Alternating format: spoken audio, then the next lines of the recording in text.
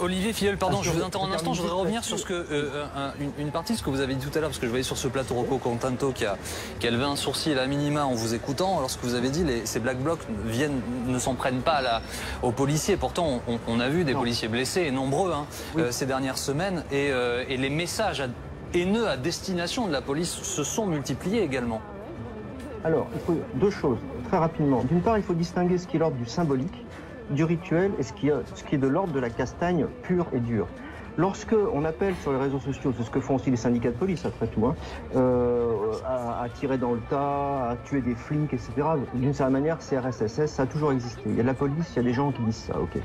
Ça n'a aucune importance. Enfin, je veux dire, ça a une importance sans doute pour les tas de gens, etc. Mais c'est pas ça qui est important. Ce qui est important, c'est de savoir ce qui se passe effectivement sur le terrain. Eh bien, regardez les images de ces dernières semaines et vous constaterez, personne ne peut le nier, que depuis quelques semaines, sur le terrain, des policiers se font tabasser lorsque l'occasion se présente. Ils ne se font pas tabasser par les fameux Black Blocs, ils se font tabasser justement massivement par ces gens qui rejoignent ce type d'action et qui considèrent que c'est séduisant, que c'est le seul moyen de faire, etc., et qui n'ont pas les codes.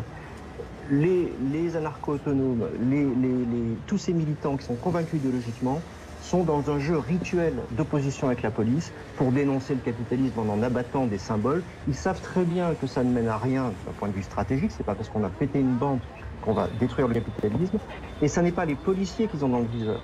Après, bien entendu, et sans doute que c'est pour ça que le sourcil s'est levé, et c'est vrai, bien entendu que cette manifestation aujourd'hui s'inscrit dans une série de manifestations longues, et que d'une manifestation à l'autre, eh bien, il y a des désirs de vengeance, de part et d'autre, des désirs de vengeance, des nécessités de réparation, et c'est la raison pour laquelle traiter une manifestation de manière extrêmement raide, extrêmement dure, où il ne se passe rien, peut avoir des conséquences terribles dans les semaines qui viennent, c'est-à-dire mobiliser. Je ne parle pas de ce soir en particulier, mais on l'a vu avec la semaine dernière. Merci beaucoup, merci d'avoir été avec nous ce soir.